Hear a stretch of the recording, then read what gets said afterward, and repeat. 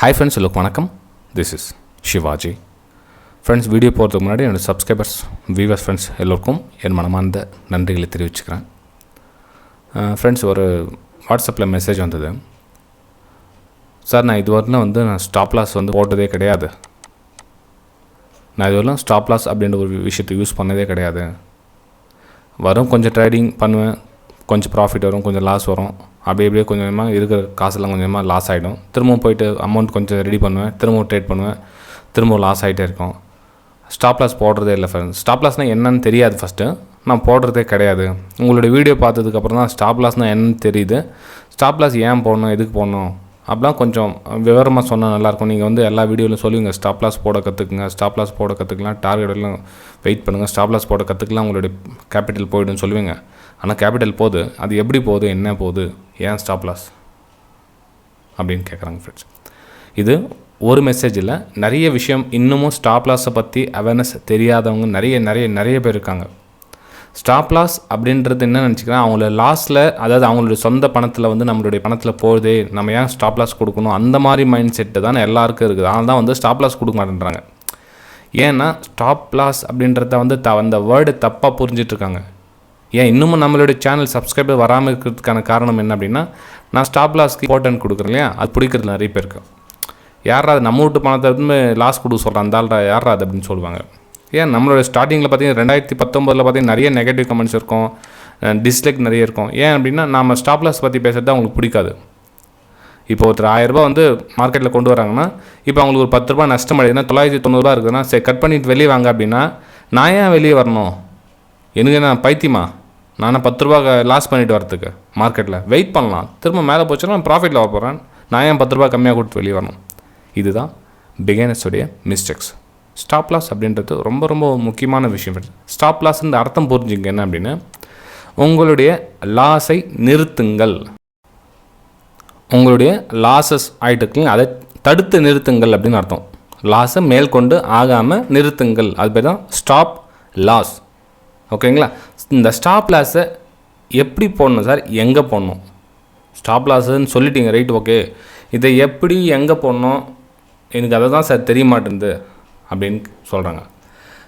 Stop loss அப்படின்றது என்னென்னா, ஒரு சிலர், அதாவது புதுசாக வரவங்க என்ன அப்படின்னா, அவங்களுடைய கேபிட்டலில் சம் பர்சன்டேஜ் மாதிரி போடுவாங்க. அதாவது நான் 1% மேலே லாஸ் கொடுக்க மாட்டேன், நான் பர்சன்டேஜ் வைஸில் போடுறேன் அப்படின்வாங்க. இன்னொருத்தர் ஒரு சிலர் பார்த்தீங்கன்னா பாயிண்ட் வைஸில் கொடுப்பாங்க. நான் 5 பாயிண்ட் ஸ்டாப் லாஸ் கொடுப்பேன், நான் 10 பாயிண்ட் ஸ்டாப் லாஸ் கொடுப்பேன், நான் 50 பாயிண்ட் ஸ்டாப் லாஸ் கொடுப்பேன் அப்படின்வாங்க. ஸோ இந்த மாதிரி பாயிண்ட் வைஸில் கொடுப்பாங்க, இல்லை பர்சன்ட் வைஸில் கொடுப்பாங்க. இந்த மாதிரி 1%, 0.5% ஸ்டாப் லாஸ் அப்படின்வாங்க. ஆக்சுவலாக பார்த்தீங்கன்னா இது ரெண்டுமே தவறுன்னு சொல்ல முடியாது. இது ரெண்டுமே அந்த செட்டப்புக்கு உங்களுடைய பர்சன்டேஜோ அல்லது பாயிண்ட்ஸோ மேட்ச் ஆனால் நீங்கள் இதை செட் பண்ணிக்கலாம். இப்போ உங்களுடைய ட்ரேடிங் செட்டப் எந்த மாதிரி அமைதுன்னு தெரியாது. இப்போ மேபி உங்களுக்கு ஒரு 50 பாயிண்ட்ஸ் நீங்கள் ஸ்டாப் லாஸ் கொடுக்குற மைண்ட் செட் இருந்துச்சுன்னு வச்சுங்களேன், உங்களுடைய ட்ரேடிங் செட்டப்பில் 80 பாயிண்ட் எஸ்எல் வருது, 80 பாயிண்ட் ஸ்டாப் லாஸ் வருது. ஸோ நீங்கள் என்ன பண்ணலாம், அந்த செட்டப்பை இக்னோர் பண்ணிடணும். அந்த செட்டப்பை இக்னோர் பண்ணிடணும். ஏன் அப்படின்னா உங்கள்கிட்ட இருக்கிற கெப்பாசிட்டி கம்மி, only for 50 points stop loss கொடுக்குற அளவு தான், ரிஸ்க் எடுக்கிற அளவு தான் உங்களோட கெப்பாசிட்டி இருக்குது. ஸோ அந்த 80 பாயிண்ட் வர செட்டப் கேன்சல் பண்ணிடணும்.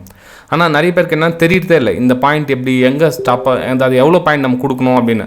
அதாவது ஒரு செட்டப் அமைஞ்சு பரவாயில்ல கொடுக்கலாம் அப்படின்வாங்க. அதாவது 80 பாயிண்ட் ஸ்டாப் லாஸ்னால் பரவாயில்ல அப்படின்வாங்க. ஏன் பரவாயில்ல, அப்போ 80 பாயிண்ட் ஸ்டாப் லாஸ் கொடுக்குறீங்கன்னா டார்கெட் எவ்வளோ பார்ப்பீங்க, அப்போ 150 பாயிண்ட் டார்கெட் பார்ப்பீங்களா? ஸோ அந்த 150 பாயிண்ட் டார்கெட் போகும் அது. ஏன்னா 50 பாயிண்ட் நீங்கள் எஸ்எல் வச்சாவே 100 பாயிண்ட் இருக்கிறது ரொம்ப ரொம்ப கஷ்டமான விஷயம். ஆனால் நீங்கள் 80 பாயிண்ட் நீங்கள் ஸ்டாப் லாஸ் போட்டுட்டு 150 பாயிண்ட் டார்கெட் எது பார்த்தா என்ன சொல்கிறது, கஷ்டம், அது முடியாதுன்னு அந்த அளவுக்கு வச்சுக்கலாம் நீங்கள். ஓகேங்களா? சரி ஃப்ரெண்ட்ஸ், ஸ்டாப் லாஸ் எந்த மாதிரி யூஸ் பண்ணலாம், எப்படிலாம் யூஸ் பண்ணலாம் பாருங்கள்.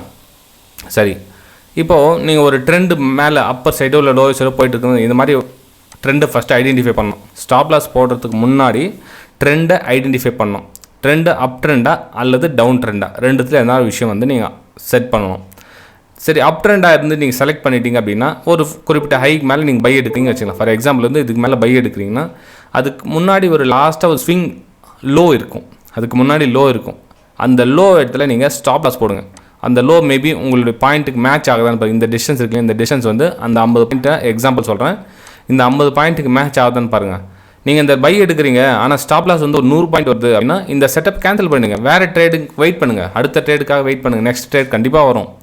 உங்கள் ஸ்டாப் லாஸ்க்கு ஏற்ற மாதிரியே செட்டப் நிறைய வரும், ஆனால் யாரும் அந்த அளவுக்கு பொறுமை கிடையாது. இப்போ 9:15 மணி ஓப்பன் ஆச்சு மார்க்கெட்னா 10 மணிக்குள்ளே ட்ரேட் எடுத்து முடிக்கணுன்றாங்க. சப்போஸ் அந்த 10 மணி 11 மணிக்குள்ளே உங்களுக்கு வரல, ஒரு செட்டப் வரலன்னா என்ன பண்ணுவீங்க? அந்த ட்ரேடிங் செட்டப் எதுவும் கிடைக்கல அப்படின்னா சும்மா வெயிட் பண்ணி தான் ஆகணும். நீங்கள் 11 மணி 12 மணி ஆனாலும் ஒரு குறிப்பிட்ட தூரத்துக்காக வெயிட் பண்ணணும் அந்த பர்டிகுலர் செட்டப்புக்காக. அன்றைக்கி ஒருவேளை நீங்கள் நினைக்கிற செட்டப் வரவே இல்லை அப்படின்னா பரவாயில்ல, ட்ரேடிங் அன்றைக்கி இக்னோர் பண்ணிவிடுங்க. ஏன்னா உங்ககிட்ட இருக்க ஸ்டாப் லாஸ் லிமிட் வந்து 50 பாயிண்ட்ஸ். ஓகேங்களா? ஸோ ஃபஸ்ட்டு உங்களுடைய ஸ்டாப் லாஸ் பாயிண்ட்டையோ பர்சன்டேஜோ நிர்ணயிச்சுக்குங்க, அதுக்கேற்ற மாதிரி செட்டப்பை தேடுங்க. ஸோ அந்த செட்டப் உங்களுக்கு மேட்ச் ஆகிடுச்சுன்னா நீங்கள் தாராளமாக ட்ரேட் எடுக்கலாம் ஃப்ரெண்ட்ஸ். ஓகேங்களா? சரி, இது வந்து ஸ்டாப் லாஸ். டார்கெட் எதுவும் இல்லை சார் ஃபிக்ஸ் பண்ணுறது அப்படின்னு கேட்பீங்க. சேம் அதே மாதிரி ட்ரெண்டை ஃபஸ்ட் சூஸ் பண்ணிங்க, டவுன் ட்ரெண்டா அப் ட்ரெண்டா. நீங்கள் பை எடுக்கிறீங்க அப்படின்னு வச்சுங்களேன். ஸோ இந்த இடத்துல பை எடுக்கிறீங்கன்னா இந்த லோ ஸ்டாப் லாஸ் போட்டிங்கன்னா இதை விட 1 மடங்கு அதிகம் டார்கெட் வைங்க.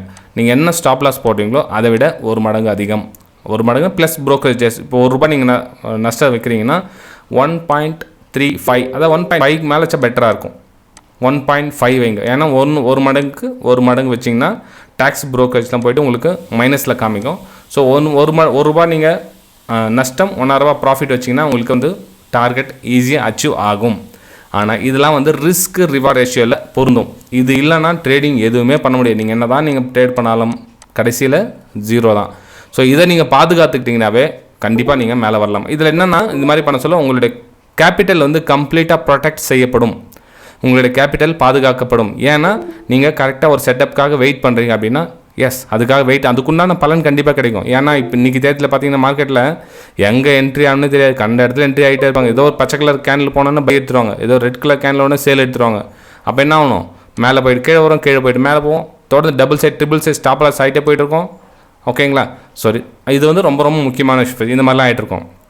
இதுக்கப்புறம் என்னென்னா குவான்டிட்டி சைஸ் ரொம்ப ரொம்ப முக்கியம்.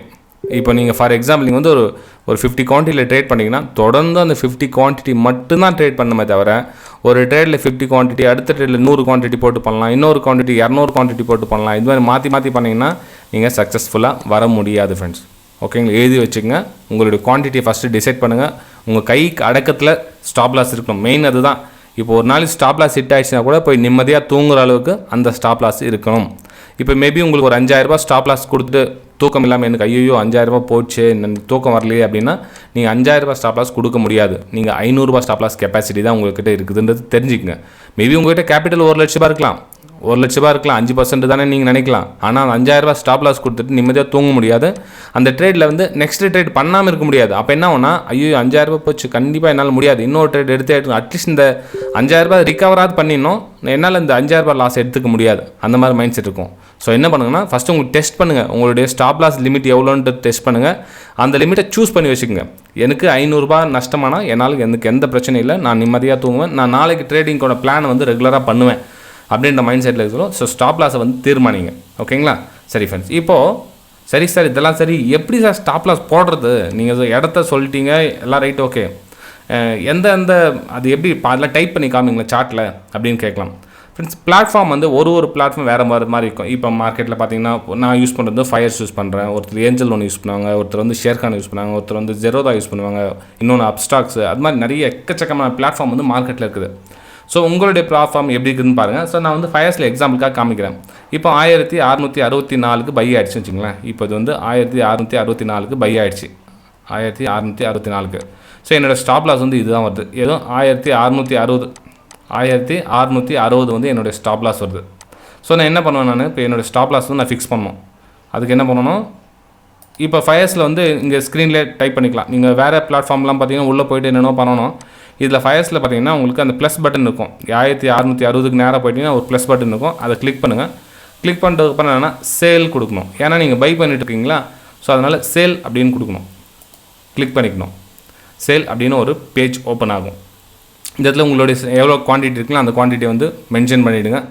அதுக்கப்புறம் மென்ஷன் பண்ணிட்டதுக்கப்புறமா டக்குன்னு இதை கொடுத்துட்டீங்க அப்படின்னா மார்க்கெட் ஆர்டரில் வந்து உங்களுக்கு செல் ட்ரிகர் ஆகிடும். அதாவது இந்த 1660 இருக்கு இல்லைங்களா, இந்த 1660 ப்ரைஸ் வரல, ஜம்ப் ஆகிட்டு டேரெக்டாக போயிடுச்சுன்னா உங்களுடைய ப்ரைஸ் ட்ரிகர் ஆகாமல் போகலாம். இது உங்களுடைய ஆர்டர் ட்ரிகர் ஆகாமல் போகலாம். ஏன் அப்படின்னா அதுக்கு தான் சொல்கிறது, இந்த மார்க்கெட் ப்ரைஸை அன்டிக் பண்ணிவிட்டு இந்த இடத்துல வந்து ப்ரைஸை செட் பண்ணோம். ஸோ 1660னா நீங்கள் என்ன பண்ணோம், ஒரு 1659 ₹1 முன்ன பின்ன ப்ரைஸ் வைக்கணும். சரி வாங்க இது அதையும் வச்சு காமிச்சிடலாம். ஓகே, இப்போ 1659 நான் ₹1 கம்மி வச்சுட்டேன். அதாவது 1660க்கும் 1659க்கும் இடைப்பட்ட விலையில் எந்த விலையாக இருந்தாலும் எனக்கு ட்ரிகர் ஆனால் பரவாயில்ல அப்படின்னு செட் பண்ணிட்டீங்கன்னா இப்போ உங்களுடைய ஆர்டர் வந்து பஞ்ச் ஆகிடும். ஜஸ்ட் நீங்கள் சேல் குவான்டிட்டி கிளிக் பண்ணிட்டீங்க அப்படின்னா இந்த இடத்துல வந்து ஆர்டர் வந்து விழுந்துடும். இந்த இடத்துல 1660க்கு நேரம் ஆர்டர் விழுந்துடும். ஸோ ப்ரைஸ் இப்படி போயிட்டே இருக்கும், நோ ப்ராப்ளம். எப்போ உங்களோட ப்ரைஸ் வந்து எஸ்எல் ட்ரிகர் டக்குன்னு ட்ரிகர் ஆக சொல்ல உங்களோட ப்ரைஸ் ட்ரிகர் ஆகிடும், உங்களோட பொசிஷன் ஸ்கொயர் ஆஃப் ஆகிடும். ஸோ ₹4 ஸ்டாப் லாஸ் வந்து அதுவே ஆட்டோமேட்டிக் புக் பண்ணிவிடும் ஃப்ரெண்ட்ஸ். சேம் இப்படி தான் போடணும், ரொம்ப கன்ஃபியூஸ் பண்ணிக்க தேவையில்லை. ப்ராக்டிஸ் பண்ணி பாருங்கள், ஒரு குவான்டிட்டி 2 குவான்டிட்டியில் போட்டு ப்ராக்டிஸ் பண்ணுங்கள். பிகினர்ஸ் எடுத்தோடனே ஆப்ஷன் சைட் போயிடாதீங்க. நிறைய பேர் என்ன ஆப்ஷன் தான் ஒரு அட்ராக்ஷனாக இருக்குது. 99% மக்கள் எல்லாம் பார்த்தீங்கன்னா உள்ளே வர்றதே வந்து ஆப்ஷன் ஒரு பாய்சன் அப்படின்ற விஷயமே தெரியாது. ஆனால் உள்ளே போயிடுவாங்க, அதுக்கு அடிக்ஷனாகவும் மாறிடுறாங்க. ரொம்ப பிரச்சனை என்னென்னா அந்த ஆப்ஷன் தெரிஞ்சும் அது உள்ளேருந்து வெளியே வர முடியல அவங்களால. நம்ம சார் எனக்கு ஆப்ஷன் சொல்லி தரீங்களா, எனக்கு கால் ஆப்ஷன் சொல்லி தரீங்களா, புட் ஆப்ஷன் சொல்லி தரீங்களா, பேங்க் நிஃப்டி சொல்லி தரீங்களா, நிஃப்டி சொல்லி தரீங்களா, option call option put option இதுக்குள்ளே போய் மாட்டிக்கிறாங்க. இது மிக மிக மிக ஆபத்து அப்படின்ற விஷயமே தெரியாது. முக்கால்வாசி 99% பீப்புள்ஸ் உள்ளே வரவங்க எல்லாருமே ஆப்ஷன் தான் போகிறாங்க. ஓகேங்களா, ஆப்ஷனில் நிறைய விஷயம் இருக்குது. அதுக்கு முன்னாடி நீங்கள் ஸ்டாக்ஸில் ப்ராக்டிஸ் பண்ணுங்கள், உங்களுக்கு நிறைய விஷயம் கற்றுக்குங்க. அதுக்கப்புறம் வேணுமா தான் ஆப்ஷனில் நீங்கள் ட்ரேட் பண்ணலாம் ஃப்ரெண்ட்ஸ். ஓகே சரி ஃப்ரெண்ட்ஸ், வீடியோ பிடிச்சா மறக்காமல் லைக் பண்ணுங்கள், சப்ஸ்கிரைப் பண்ணுங்கள், ஷேர் பண்ணுங்கள். நம்ம அடுத்த வீடியோ சந்திக்கலாம். தேங்க்யூ ஃப்ரெண்ட்ஸ், பாய்.